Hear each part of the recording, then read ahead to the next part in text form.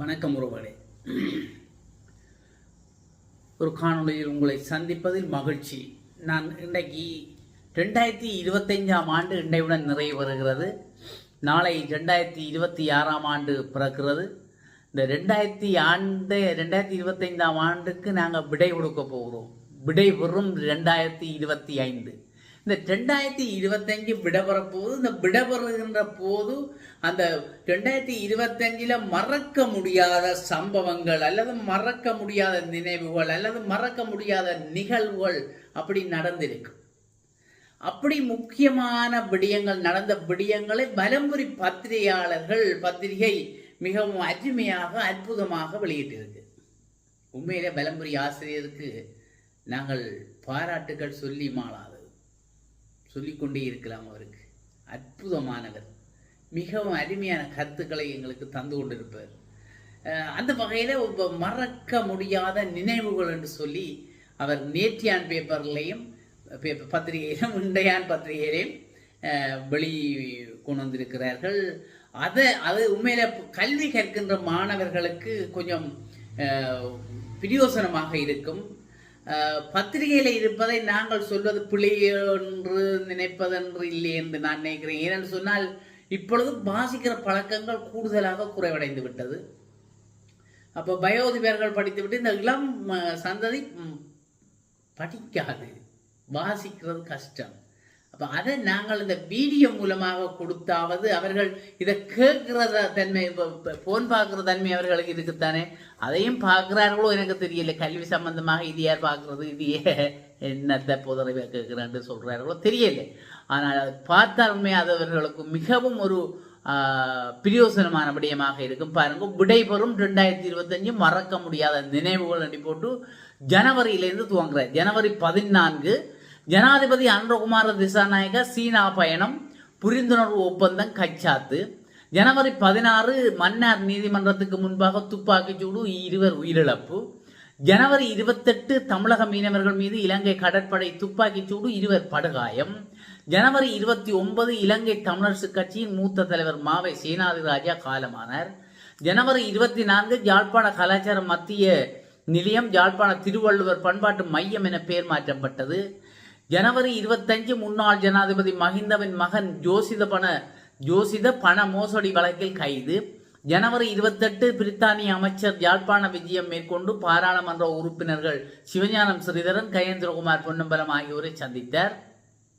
ஜனவரி 31 ஜனாதிபதி அன்று யாழ் மாவட்ட செயலகத்தில் நடைபெற்ற மாவட்டத்தின் அபிவிருத்தி வேலை திட்டம் மற்றும் எதிர்கால திட்டங்கள் தொடர்பான கலந்துரையாடுவதற்காக மாவட்ட ஒருங்கிணைப்பு குழு கூட்டத்தில் பங்கு பெற்றனர்.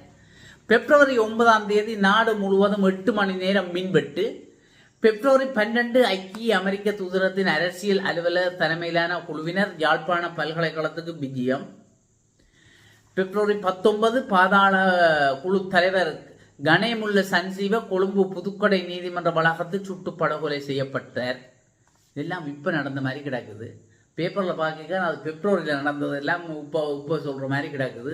அது பார்க்கின்ற போது அதிசயமாக தான் கிடக்குது. என்னடா இது இப்போ நடந்ததெல்லாம் பிப்ரவரின்னு போட்டு வைக்கிறார் மாதிரி கிடக்குது. இவ்வளோ வேகமாக எங்களுடைய உலகம் உருளுது, பொழுது போகுது பாருங்க. பிப்ரவரி 28 ஜனாதிபதி அலுவலகத்துக்கு சொந்தமான 14 சொகுசு வாகனங்கள் ஏலத்தில் விடப்பட்டன. மார்ச் 14 பட்டலந்த வதை முகாம் அறிக்கை அமைச்சர் பிமல் ரத்நாயக்காவினால் பாராளுமன்றத்தில் சமர்ப்பிப்பு. மார்ச் 21 அன்று அரசின் கன்னி பட்ஜெட் 3/2 பெரும்பான்மையுடன் பாராளுமன்றத்தில் நிறைவேற்றப்பட்டது. 3/2 பெரும்பான்மையுடன் நிறைவேற்றப்பட்டது. ஏப்ரல் 4 இந்திய பிரதமர் நரேந்திர மோடி இலங்கைக்கு உத்தியோகபூர்வ விஜயம் மேற்கொண்டார். ஏப்ரல் 8 இந்தியாவின் தர்மபுர ஆதீன குரு மகா சன்னிதானம் மாசிலாமணி தேசிக ஞான சம்பந்த பிரமச்சாரிய சுவாமிகள் யாழ் மாவட்டபுர கந்தசுவாமி ஆலய மகா கும்பாபிஷேகத்துக்கு வருகிறார். ஏப்ரல் 8 பிள்ளையான் என அழைக்கப்படும் முன்னாள் கிழக்கு மாகாண முதலமைச்சர் சிவனேசதுரை சந்திரகாந்தன் சிஐடியால் கைது செய்யப்பட்டார். ஏப்ரல் 10 பலாலி வீதி முழுமையாக விடுவிக்கப்பட்டது. மே 1 நெல்லை ஆதீன குரு முதல்வர் தேக வியோகம் அடைந்தார். மே 6 உள்ளூராட்சி தேர்தல் நடைபெற்றது. மே 7 உலக வங்கியின் தலைவர் அஜய் பங்கா இலங்கைக்கு விஜயம் மேற்கொண்டார். மே 11 இலங்கை விமானப்படைக்கு சொந்தமான உலங்கு வானூர்தி புலனறுவையில் விபத்து, 6 விமானப்படை வீரர்கள் பலி. மே 11 தமிழின அழிப்பு நினைவு தூவி கனடாவில் திறப்பு, பிரிட்டன் மேயர் பேட்ரிக் பிரவுன் திறந்து வைத்தார். மே 11 நூரலியா கொத்மல பகுதியில் 350 அடி பள்ளத்தில் பாய்ந்த பேருந்து, 22 பேர் பலி. மே 12 முதல் மாவீரர் சங்கரின் தந்தை செல்வச்சந்திரன் காலமானார். மே 12 வடக்கு மாகாண பளுதூக்கல் போட்டி யாழ் மாவட்டம் சாம்பியன். மே 13 நைனாதேவு படகு பாதை நீரில் மூழ்கியது. மே 15 இலங்கை வரலாற்றில் முதல் பெண் பரீட்சை ஆணையாளராக இந்திகா குமாரி லியனகே நியமிக்கப்பட்டார். மே 20 யாழ்ப்பாண ராச்சியத்தின் இறுதி மன்னன் 2ஆம் சங்கிலி மன்னனின் 406வது நினைவு நாள் அனுஷ்டிக்கப்பட்டது. மே 20 வடக்கு மாகாண பிரதம செயலாளராக திருமதி தனுஜா முருகேசு நியமிக்கப்பட்டார். மே 20 அன்றுதான் நல்லூர் ஆலய வளாகத்தில் அசைவ உணவகம் திறப்பதற்கு எதிராக இந்து அமைப்புகள் போராட்டம். மே 22 நல்லூரில் அசைவ உணவகத்துக்கு எதிராக தடை விதித்தது யாழ் மாநகர சபை. மே 25 அம்பாறை உகந்தை மலை முருகன் ஆலய சூழலில் புத்தர் சிலை அமைப்பு. மே 26 ஓமந்தையில் கார் விபத்து, யாழ் இந்தியன் துணை தூதரக அதிகாரி பிரபாகர சர்மா உயிரிழப்பு. மே 26 ஒரே பிரசவத்தில் 5 குழந்தைகள், யாழ் போதனாவில் சம்பவம். மே 29 ஊழல் குற்றச்சாட்டில் முன்னாள் அமைச்சர்களான மஹிந்தானந்தா அழுகமகேவிக்கு 20 ஆண்டுகள், நளின் பெர்னாண்டோவுக்கு 25 ஆண்டுகள் சிறை தண்டனை விதித்தது கொழும்பு நீதிமன்றம். இப்ப நடந்த மாதிரி கிடக்கு இல்லையே.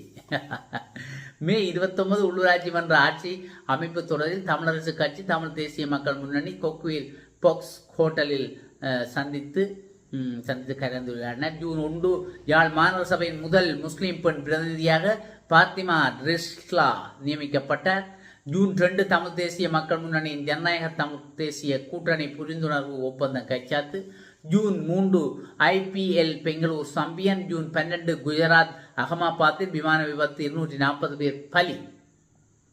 ஜூன் 13 யாழ் மாநகர சபை முதல்வராக திருமதி மதிவதனி விவேகானந்த ராஜா தெரிவு செய்யப்பட்டார். ஜூன் 25 ஐநா மனித உரிமைகள் உயர்ஸ்தானிகர் வோல்கர் டார்க் யாழ்ப்பாணம் செம்மணிக்கு விஜயம் மேற்கொண்டார். இதில் தொடர்கிறது. ஜூலை 1 செம்மணி மனித குழி சிறுவர்கள் விளையாடும் பொம்மை மீட்கப்பட்டது. ஜூலை 2 எலான் மஸ்கின் ஸ்டாண்ட் லிங்க் இணைய சேவை இலங்கையில் அறிமுகப்படுத்தப்பட்டது. ஜூலை 10 இலங்கை பொருட்களுக்கு அமெரிக்க ஜனாதிபதியால் 30% தீர்வை வரி விதிப்பு. ஜூலை 14 வடமத்திய மாகாண சபைக்கு முதல் முறையாக தமிழ் பெண் சுபாஜினி மதியழகன் செயலாளராக நியமனம். ஜூன் 21 பாடசாலை நேரம் 30 நிமிடங்களால் அதிகரிக்கப்படுவதாக பிரதமர் கருணை அறிவித்தார். இன்னும் வரையில் ஜூலை 24 அரசியல் கைதிகளை விடுவிக்குமாறு நல்லூரில் ஆர்ப்பாட்டம். ஜூலை 27 புதிய பிரதமர் நீதி அரசராக பிரீத்தி பத்மன் சூரசேன கொழும்பில் பதவியேற்பு. ஜூலை 29 செம்மணி மனித புதைகுழியை சுவிஸ் தூதுவர் பார்வையிட்டார். ஆகஸ்ட் 6 யாழ் மாநகர சபையின் சைவ சமய விவகார குழுவால் உயிரியல் ஆசான் குணசீலனுக்கு யாழ் விருது வழங்கப்பட்டது. ஆகஸ்ட் 11 காற்றாலைக்கு எதிராக மன்னாரில் போராட்டம் முன்னெடுப்பு. ஆகஸ்ட் 15 யாழ் போதனா வைத்தியசாலையில் பொது சத்திர சிகிச்சை நிபுணர் சுதர்சன் காலமானார். கடவுளை இப்ப மாறுகிறது. ஆகஸ்ட் 22 முன்னாள் ஜனாதிபதி ரணில் விக்ரமசிங்க குற்றப்புலனாய்வு பிரதி திணைக்களத்தால் கைது செய்யப்பட்டார். ஆகஸ்ட் 28 6 பாதாள உலக குழுவினர் இந்தோனேசியாவில் கைது. ஆகஸ்ட் 30 காணாமலாக்கப்பட்டோருக்கு சர்வதேச நீதி கோரியும் யாழில் போராட்டம் முன்னெடுப்பு. செப்டம்பர் 1 மண்டதீவில் சர்வதேச கிரிக்கெட் மைதானம் அமைப்பதற்கு ஜனாதிபதி அனுரவால் அடிக்கல் நாட்டி வைப்பு. செப்டம்பர் 1 ஜனாதிபதி அனுரவால் கடவுச்சீட்டு அலுவலகம் யாழில் திறப்பு. செப்டம்பர் 1 மயிலட்டி மீன்பிடி துறைமுக அபிவிருத்தி பணிகள் ஜனாதிபதியால் ஆரம்பித்து வைப்பு. செப்டம்பர் 8 இல்ல செப்டம்பர் 3 மணிக்கும் புதிய 18 மேல் நீதிமன்ற நீதிபதிகள் ஜனாதிபதியால் நியமனம். செப்டம்பர் 3 நாவல்குழியில் நவீன கடல் உணவு பதப்படுத்தும் தொழிற்சாலை திறந்து வைப்பு. செப்டம்பர் 11 விஜயராம இல்லத்தில் இருந்து முன்னாள் ஜனாதிபதி மஹிந்த ராஜபக்ச வெளியேறினார். ஐயோ. செப்டம்பர் 24 கிளி மாவட்ட பொது வைத்தியசாலையில் பெண் நோயியல் சிகிச்சை பிரிவு ஆரம்பித்து வைப்பு. அக்டோபர் 4 நெடுந்தீவில் முதல் தடவையாக எரிபொருள் நிரப்பு நிலையம் ஒப்பந்தம் கைச்சாத்து. அக்டோபர் 10 வாழ்நாள் பேராசிரியர் சண்முகதாஸ் அவர்களுக்கு திருவண்ணாமலையில் கிழக்கு மாகாண ஆளுநர் வாழ்நாள் சாதனையாளருக்கு விருது வழங்கப்பட்டது. வாழ்நாள் சாதனையாளர் விருது வழங்கப்பட்டது. அக்டோபர் 14 பாதாள உலக குழு தலைவர் கணேமுல்ல சாஞ்சி கொலையுடன் தொடர்புடைய சந்தேக நபரான செவ்வந்தி உட்பட 5 நேபாளத்தில் கைது செய்யப்பட்டனர். அக்டோபர் 17 தொல்பொருள் இடங்களை ஆராய புத்த சாசன அமைச்சர் ஜாலுக்கு விஜயம் மேற்கொண்டார். அக்டோபர் 20 சொத்துக்கள் ஈட்டப்படுதல் தொடர்பான விசாரணை பிரிவு ஜாலில் திறந்து வைப்பு. அக்டோபர் 26 ஜாலில் தமிழ் இளைஞர்களின் மில்லர் போராட்டம் திரைப்படத்தில் பங்கேற்பதற்காக கவிஞர் வைரமுத்து யாழ்ப்பாணம் வருகை தந்தார். நவம்பர் 13 இந்திய பாராளுமன்ற உறுப்பினர் தொல் திருமாவளவன் முள்ளிவாய்க்காலில் அஞ்சலி. நவம்பர் 16 திருவண்ணாமலையில் பிரெட்ரிக் கோட்டை பகுதியில் இரவோடு இரவாக புத்தர் சிலை பிரதிஷ்டை, பொதுமக்கள் எதிர்ப்பு. நவம்பர் 19 இலங்கை தமிழரசு கட்சி உறுப்பினர்கள் ஜனாதிபதி அனுரகுமார திசாநாயக்கவை கொழும்பில் சந்தித்து கலந்துரையாடினர். நவம்பர் 21 அனுர அரசுக்கு எதிராக ஐக்கிய தேசிய கட்சி தலைமையிலான எதிர்ப்பு பேரணி நுகேகுடவில் நடைபெற்றது. நவம்பர் 28 இலங்கையை புரட்டி போட்ட டிட்வா சூறாவளி வெள்ள பேரனர்த்தத்தில் சிக்கி 600க்கும் மேற்பட்டோர் உயிரிழப்பு, பலர் மாயம். நவம்பர் 30 திருநெல்வேலியில்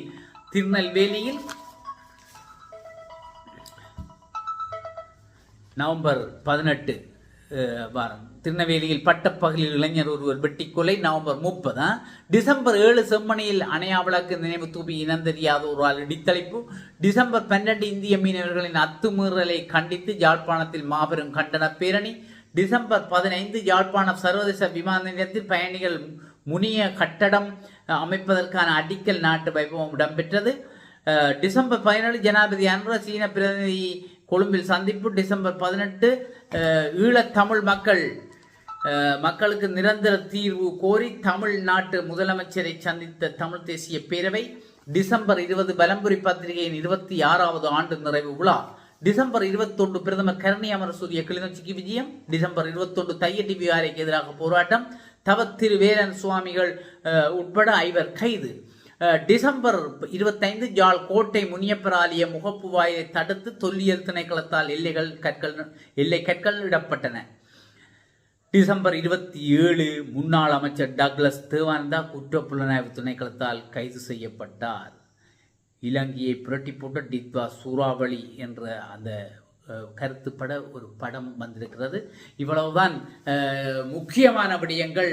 விடைபெறும் 2025 மறக்க முடியாத நினைவுகள் என்ற தலைப்பிலே மிகவும் அற்புதமான அருமையான தகவல்களை தந்திருக்கிறார்கள் பலம்புரியினர். அந்த பலம்புரி பத்திரிகைக்கு எங்களுடைய மனமார்ந்த பாராட்டுகளை தெரிவிப்பதோடு அதை நான் எடுத்து எங்களுடைய உறவுகளுக்காக, எங்களுடைய சொந்தங்களும் இதை கேட்க வேண்டும், அறிய வேண்டும் என்பதற்காக இதை தந்திருக்கின்றேன். பயனடையுங்கள். மீண்டும் ஒரு காணொளியில் உங்களை சந்திக்கும் வரை நன்றியுடன் விடைபெறுவது உங்கள் முருகன். வணக்கம்.